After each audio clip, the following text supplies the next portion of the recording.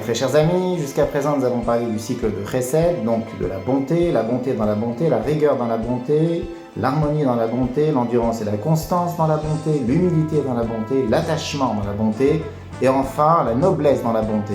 Donc tout cela fait partie du cycle de Chesed. Au même titre que physiquement le corps humain est constitué de milliers de cellules, d'organes, de membres, etc., et bien il en va de même avec le cœur. Le cœur humain est également constitué de milliers d'éléments.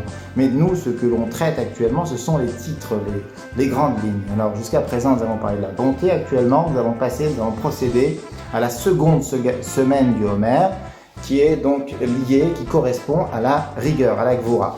Alors rapidement, donc la bonté, aujourd'hui, ce que l'on va devoir traiter, c'est donc la bonté dans la rigueur. Très intéressant, écoutez bien. Parce que dans la rigueur, il existe également la rigueur, la bonté dans la rigueur dans la rigueur, l'harmonie dans la rigueur, etc., etc. Aujourd'hui, c'est donc la bonté, à partir de ce soir, la bonté dans la rigueur. Donc, l'intention sous-jacente et le but véritable de la rigueur, c'est quoi? C'est l'amour pour les bénis d'Israël, pour Dieu, pour nous les hommes, qui sommes des gens normaux, bons. Quand nous sommes durs avec nos enfants ou avec qui que ce soit,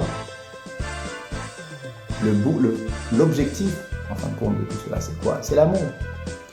Pourquoi adopter une conduite rigoureuse et établir des règles que l'on s'attend à voir les gens suivre si ce n'est pas par amour? Ce serait ridicule.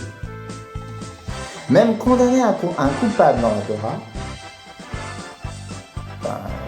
même dans la société, entre guillemets, un geste d'amour. Dans la Torah, c'est un geste d'amour, pas entre guillemets. Autrement dit, punir, ce n'est pas se venger. Ce n'est qu'une autre façon d'exprimer l'amour, en éliminant ce qui y fait obstruction. On ne saurait confondre la tolérance envers un individu avec celle de son comportement.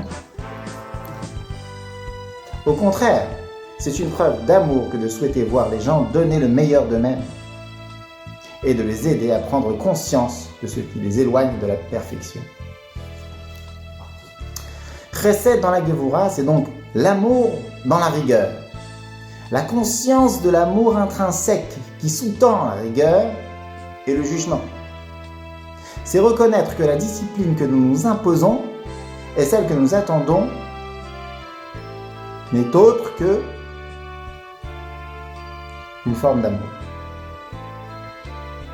C'est comprendre que nous n'avons pas le droit de juger les autres. Nous n'avons que le droit de les aimer. Ce qui implique également de les voir réaliser le meilleur d'eux-mêmes. Question du jour, exercice, nos questions du jour. Lorsque je juge ou critique une personne, s'y mêle-t-il une trace de mépris ou d'irritation? Est-ce que j'éprouve un sournois plaisir à constater leur échec? Est-ce uniquement par amour pour autrui? Exercice du jour. Avant d'émettre une critique à l'égard de quelqu'un aujourd'hui, réfléchissez-y à 2 fois. Le faites-vous par intérêt et par amour?